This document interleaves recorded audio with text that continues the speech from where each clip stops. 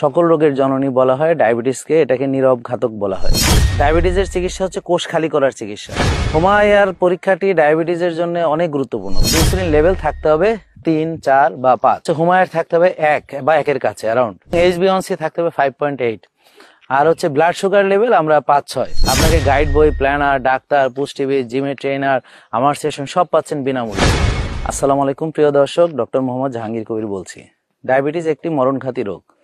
সকল রোগের জননী বলা হয় ডায়াবেটিসকে, এটাকে নীরব ঘাতক বলা হয়। ডায়াবেটিস বাড়তে থাকলে একটা সময় গিয়ে ওষুধে কাজ হয় না, পরবর্তীতে ইনসুলিন লাগে। আপনি যখন ডাক্তার দেখাতে যাবেন, ডাক্তাররা আপনাকে পরামর্শ দিবে যে সকালে রুটি খেতে, একটু পরে আবার নাস্তা আছে, সেখানে বিস্কুট, চিড়ামুড়ি আছে, দুপুরে আবার ভাত, ডাল, তার সঙ্গে মাছ, মাংস থাকে, সন্ধ্যার আগে অর্থাৎ বিকেলে আবার নাস্তা থাকে, স্ন্যাক্স থাকে, আবার রাতে রুটি থাকে, ডাল থাকে, এবং ঘুমানোর আগে দুধ খেতে বলা হয়। তাদের রুটিন অনুযায়ী চললে দেখা যাচ্ছে 11টার সময় আপনাকে দুধ খেতে হবে। বাট আমরা যদি ডায়াবেটিস থেকে ভালো হতে চাই, প্রিয় দর্শক মনে রাখবেন, ডায়াবেটিস মানে হচ্ছে কোষে জাগানি একটি রোগ। রক্তের চিনি বেড়ে গেলে তাকে বলে ডায়াবেটিস। আর ইনসুলিন হচ্ছে রক্তের চিনিকে কোষের ভিতর ঢোকাতে সাহায্য করে।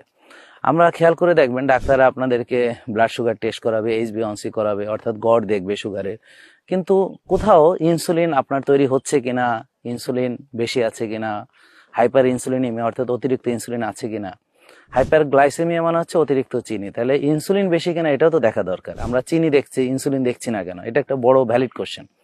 এরপর হচ্ছে প্রিয় দর্শক খেয়াল করবেন যে আপনাদেরকে যে চিনি বেশি রুগীকে 6 বেলা কেন চিনি খেতে দেওয়া হচ্ছে। আরেকটা কথা হলো যে ডায়াবেটিস রোগী তারা কি মুক্তি পাচ্ছে? 10, 15, 20 বছর ধরে যে ওষুধ খাচ্ছে তারা তো মুক্তি পাচ্ছে না, তারা ওষুধ খেয়ে যাচ্ছে। তো এই বিষয়গুলো খেয়াল করলে আপনি দেখবেন যে ডায়াবেটিসটা আসলে পোষা হয়, অর্থাৎ চিনি বেশি একটা রোগীকে 6 বেলা চিনি খেতে দেওয়া হচ্ছে, আর ওষুধ, ইনসুলিন ইত্যাদি ব্যবহার করে রক্তের চিনিকে জোর করে কোষে ঢুকানো হচ্ছে। অনেকে ভাববেন যে 6 বেলা চিনি খেতে দেওয়া আবার কি জিনিস। প্রিয় দর্শক, ভাত মানে কি? রক্তে আলটিমেটলি চিনি আসবে, রুটি মানে চিনি আসবে, ফল মানে চিনি আসবে, দুধ মানে চিনি আসবে। তাহলে এরপর আমরা যে খাবারটাই খাচ্ছি না কেন, ভাত, রুটি, ফল, দুধ যেটাই খাই, সেটা আসলে চিনি হিসেবে রক্তে প্রবেশ করতেছে। প্রিয় দর্শক, তো রক্তের চিনি আমার বেশি, আমার ডায়াবেটিস হয়েছে, আমি তাকে আরো বেশি চিনি খেতে দিলাম, আর ওষুধ দিয়ে, ইনসুলিন দিয়ে চিনিটাকে কোষে ঢুকালাম। তো প্রিয় দর্শক, এখানে আরেকটা খুব গুরুত্বপূর্ণ বিষয় হচ্ছে যে চিনি কি আমাদের শত্রু? তা না, চিনি আমাদের প্রয়োজন। অর্থাৎ একটা সুস্থ লোক যখন ভাত, রুটি, ফল, দুধ খাবে, তারপর রক্তের চিনিটা ইনসুলিন এসে কোষের ভিতর ঢুকাবে, সেটা দিয়ে শক্তি তৈরি হবে। সেই শক্তি দিয়ে আমরা সাধারণত চলাফেরা করি, দৌড়াদৌড়ি করি, কাজকাম করি, এমনকি ঘুমের ভিতরে আমার শক্তি দরকার আছে। তো যাই হোক, এখন এই শক্তি আমার প্রয়োজন, তা এখন আমরা বলছি চিনি ভালো না বা বেশি চিনি হয়ে গেছে। তার কারণ হচ্ছে যে আমরা যখন খাচ্ছি খাবারটা, যেটাকে বার্ন করছি না, সেটা শরীরে চর্বি হিসেবে আলটিমেটলি জমা হচ্ছে।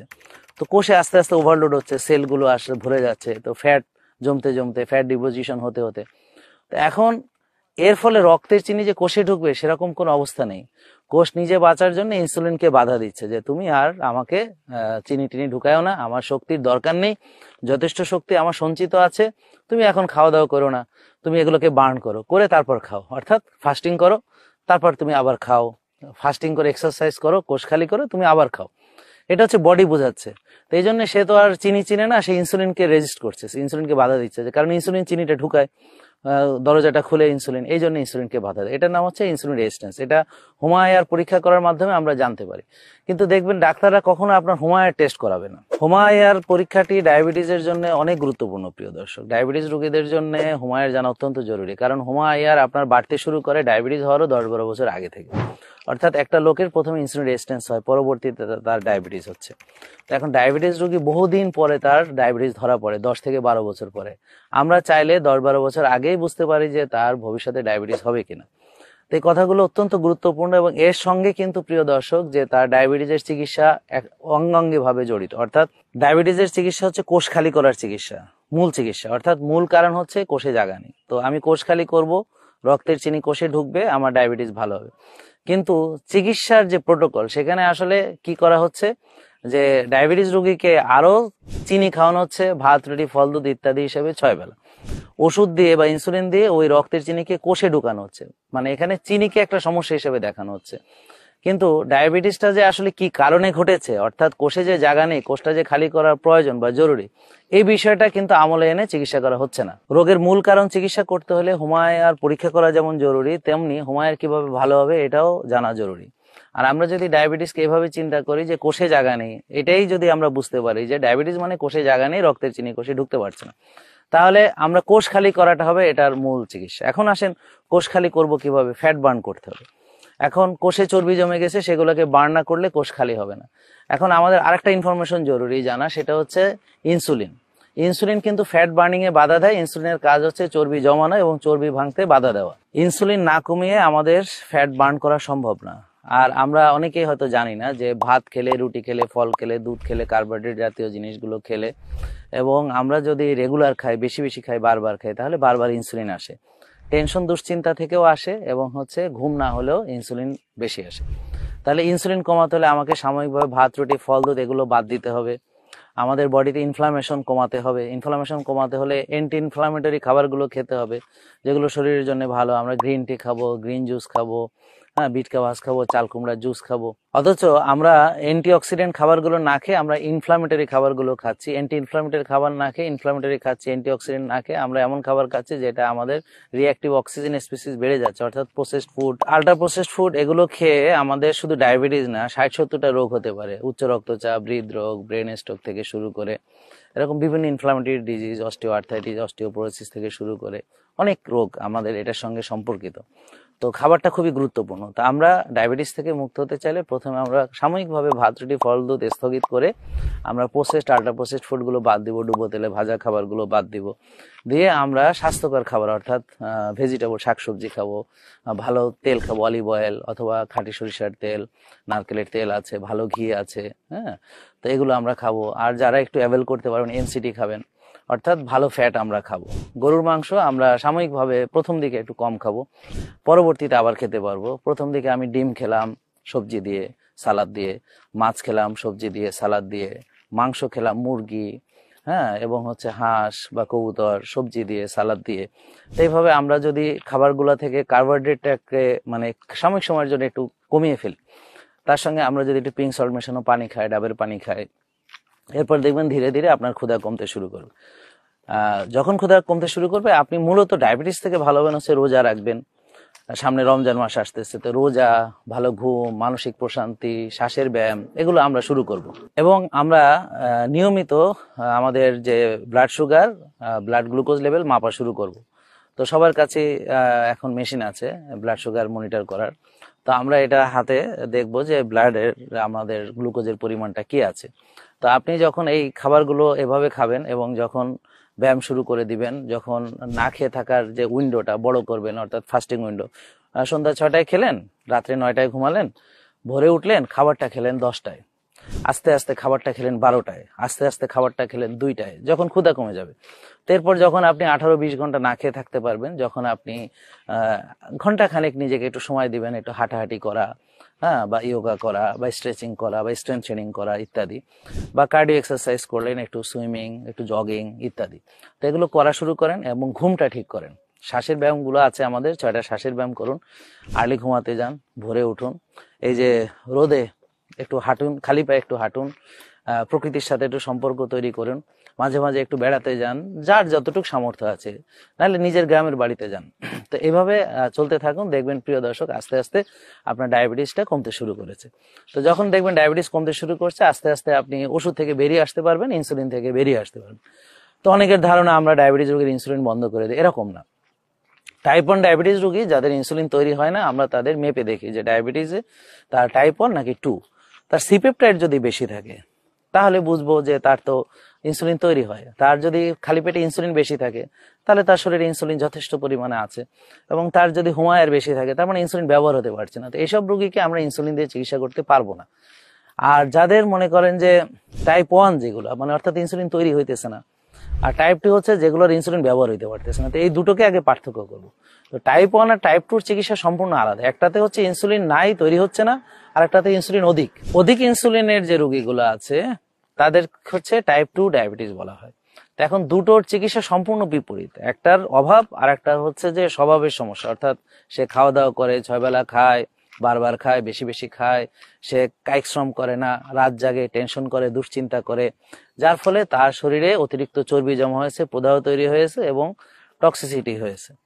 তো প্রিয় দর্শক, এই যে পুরো সমস্যা, এটা সমাধান করতে হলে তাকে অবশ্যই আগে 1-2 এটা আমরা পার্থক্য করতে হবে। কিন্তু কনভেনশনাল ওয়েতে যারা ডাক্তাররা ওনারা চিকিৎসা করছেন, সিস্টেমের কথা বলছি, কোনো স্পেসিফিক ডাক্তারের কথা বলছি না প্রিয় দর্শক। তো তারা কিন্তু আপনার হোমা আইআর দেখছেন না, ইনসুলিন ব্যবহার হতে পারে কিনা সেটা দেখছেন না, খালি পেটের ইনসুলিনও মাপছেন না, আর ইনসুলিন তৈরি হয় কিনা তাও মাপছেন না। তো এগুলো না জেনেই তারা সব রোগীকে, অর্থাৎ টাইপ 1 টাইপ 2 কে একই চিকিৎসা দিচ্ছে, কারণ তাদের টার্গেট হচ্ছে সুগার কমানো। কিন্তু ইনসুলিন রেজিস্ট্যান্স কমাতে হবে, ইনসুলিন কমাতে হবে, এগুলো কিন্তু তাদের টার্গেটের ভিতরে নাই। তো যার ফলে চিকিৎসাটা হচ্ছে ভুল, অর্থাৎ কোষে জায়গা নেই রোগীকে, তারা 6 বেলা চিনি খেতে দিচ্ছে।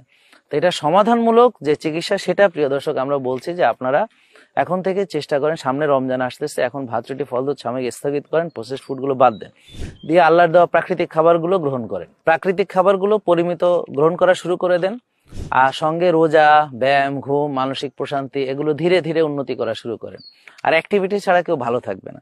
এবং এভাবে আপনি যেভাবে আমি বললাম কিছুটা দিন মেনে দেখেন, যদি আপনার একটু ভালো লাগে, উন্নতি লাগে, বা সুগার একটু কম মানে কমছে বলে মনে হয়, তাহলে আপনাদের উচিত হবে সরাসরি আমাদের এখানে চলে আসা। আমাদের এখানে বিনামূল্যে সব সেবা, অর্থাৎ এই যে ভিডিওটা আপনি দেখছেন কোনো টাকা দিতে হচ্ছে না। আমার ওখানে আমি ঘন্টার পর ঘন্টা এগুলো নিয়ে আলোচনা করি, যে সেশনগুলো হয়, যেটা লাইভে যায় ফেসবুক, ইউটিউবে, সেখানেও আপনাদের 1 টাকাও পে করতে হবে না। এছাড়া আমাদের ডাক্তার আছে, পুষ্টিবিদ আছে এবং জিম ট্রেনার আছে, তারা আপনাকে বিনামূল্যে পরামর্শগুলো দিবেন। এরপরও প্রিয় দর্শক, আপনারা আমাদের যে টেস্টগুলো দরকার, সেখানেও আপনি পাচ্ছেন 20% ডিসকাউন্ট, সঙ্গে একটা প্ল্যানার পাবেন। হ্যাঁ, সেটার দাম মানে খরচের দামই প্রায় 600 টাকা। একটা গাইড বই পাবেন, সেটাও খরচের দাম 100 টাকা। এগুলো আপনাকে টাকা দিয়ে কিনতে হবে না, আপনি এগুলো পাবেন ওই টেস্টের সঙ্গে। আমরা হিসাব করে দেখেছি প্রায় 35% ডিসকাউন্ট হচ্ছে। অন্য জায়গায় টেস্ট করতে টাকা লাগে, ডাক্তারকে টাকা দিতে হয়, টাকা দিয়ে প্রেসক্রিপশন লিখতে হয়, টেস্টে পুরো টাকা দিয়ে করানোর পরে অনেক ক্ষেত্রে রিপোর্ট দেখাতেও টাকা লাগে। এখানে আপনি প্রায়, আমি হিসাব করে দেখেছি, 35% আপনি টেস্টে ডিসকাউন্ট পাচ্ছেন। আর কোয়ালিটি হচ্ছে রোশ, হিটাচির যে মেশিনগুলো আছে, কুয়া 6000 সিরিজ, সিমেন্সের অ্যাটেলিকা সলিউশন, এইসবগুলো দিয়ে আমরা টেস্ট করি। অর্থাৎ সর্বোচ্চ কোয়ালিটি আমরা মেনটেন করতেছি, পুরো অটোমেটেড মেশিন, মানুষের হাতের ছোঁয়ার ওখানে কোনো সুযোগই নেই, ভুল হওয়ার কোনো প্রশ্নই আসে না। এটা কম্পিউটারাইজড, রিপোর্টটা কম্পিউটারে চলে আসবে, বারকোড থেকে স্ক্যান করে ব্লাড নিয়ে রিপোর্টটা কম্পিউটারে আসবে। আমরা রুগীদেরকে দেখি হোমা আইআর, ইনসুলিন আমাদের এখানে একটা গুরুত্বপূর্ণ ভূমিকা পালন করে। প্যারামিটার হিসেবে আমরা ইনসুলিন কমানোকে গুরুত্ব দিই। ইনসুলিন লেভেল থাকতে হবে 3, 4 বা 5, 6-এর নিচে থাকতে হবে খালি পেটে, এবং হচ্ছে হোমায়ার থাকতে হবে 1 বা 1-এর কাছে অ্যারাউন্ড, এবং HbA1c থাকতে হবে 5.8, আর হচ্ছে ব্লাড সুগার লেভেল আমরা 5-6। তো এইভাবে আমরা রুগীদেরকে তার TGHDL রেশিও দেখি, তারপর হচ্ছে ভিটামিন ডি লেভেল দেখি, কারণ তার ইমিউন সিস্টেম একটা বিরাট রোল প্লে করে। তারপর হচ্ছে যে তার কোষের ওভারলোডের সঙ্গে সঙ্গে যে অন্যান্য সমস্যা, প্রদাহ বেড়ে যায়, সিআরপি, আমরা সিআরপি দেখি, রুটিন কিছু টেস্টও আমরা করে থাকি প্রিয় দর্শক। তো যাই হোক, এগুলোর উপর ভিত্তি করে তার মেটাবলিক প্রোফাইলটা আমরা তৈরি করে ধরেন হোমায়ার বেশি, তার সুগার বেশি, ইনসুলিন বেশি, তো তাকে সাময়িকভাবে আমরা ভাত রুটি ফল দুধ বন্ধ রাখতে বলি। আর যাদের দেখে এই রিপোর্টগুলো নর্মাল, তাদের ন্যাচারাল ভাবে খেতে পারবে। এখন প্রশ্ন হলো, আপনি কি আর জীবনে কোনোদিন ভাত রুটি ফল দুধ খাবেন না? এরকম না, আমরা এখন ব্ল্যাক রাইস খাই, organic black rice, organic quinoa fried rice খাই, অর্গানিক বাকহুইটের রুটি খাই, হ্যাঁ, অর্গানিক ওটসের খিচুড়ি খাই, অমলেট খাই, আরো অনেক কিছু আছে। অর্থাৎ আমি অনেক ভালো হেলদি কার্বস খাচ্ছি। তারপর দেশীয় যে ফলগুলো তখন খেতে পারবো। আগে আপনাকে কোষের ওভারলোডটা কমাতে হবে, কোষের জায়গাটা খালি করে এরপর আপনি প্রাকৃতিক খাবার পরিমিত খাবেন, 1 ভাগ খাবেন যেভাবে আল্লাহ বলেছেন, ক্ষুধা লাগলে খাবেন, রোজা রাখবেন, ব্যায়ামের মাধ্যমে সেটাকে বার্ন করবেন। তো এইভাবে চলে দেখেন প্রিয় দর্শক। আর আমাদের কাছে আসলে আমরা তো পূর্ণাঙ্গ প্যাকেজটা আপনাদেরকে দিয়ে দিব। আপনাকে গাইড বই, প্ল্যানার, ডাক্তার, পুষ্টিবিদ, জিমের ট্রেনার, আমার সেশন সব পাচ্ছেন বিনামূল্যে। তো আসলে হবে কি, আপনার প্যারামিটার দেখে আমরা এক্স্যাক্টলি আপনার জন্য আলাদা চার্ট হবে, আরেকজনের জন্য হয়তো আরেক রকম হবে। আপনার হয়তো ঘুমের সমস্যা, আরেকজন হয়তো ব্যায়ামের সময় বের করতে পারছে না, আরেকজন হয়তো খাবার কন্ট্রোল করতে পারছে না, কারো ক্ষুধা বেশি, কেউ খেতে পারে না। তো এইভাবে আপনার যে প্রবলেম, সেটার আলোকে আমরা আপনাকে বোঝাবো। তো অনেক ধন্যবাদ প্রিয় দর্শক। আশা করছি ডায়াবেটিস সম্পর্কে আপনাদের পুরোপুরি একটা ধারণা তৈরি হলো, এবং আপনারা এখন থেকে ডায়াবেটিসের চিকিৎসায় কোষখালিকে গুরুত্ব দিবেন। বারবার খাওয়ার পরিবর্তে রোজা আর হচ্ছে প্রসেস ফুডের পরিবর্তে ন্যাচারাল প্রাকৃতিক খাবার, চিনির জাতীয় খাবার সাময়িক স্থগিত থাকবে। ঘুম, ব্যায়াম, মানসিক প্রশান্তি, রোদে যাওয়া, ঘাসে হাঁটা, খালি পায়ে হাঁটা ইত্যাদি এগুলোর উপর গুরুত্ব দেন, কফি এনামা করেন, দেখবেন আপনার ডায়াবেটিস আস্তে আস্তে কমতে শুরু করেছে এবং ওষুধের অভিশাপ থেকে আপনি মুক্তি পাবেন। সবাইকে ধন্যবাদ, ভালো থাকবেন, আসসালামু আলাইকুম।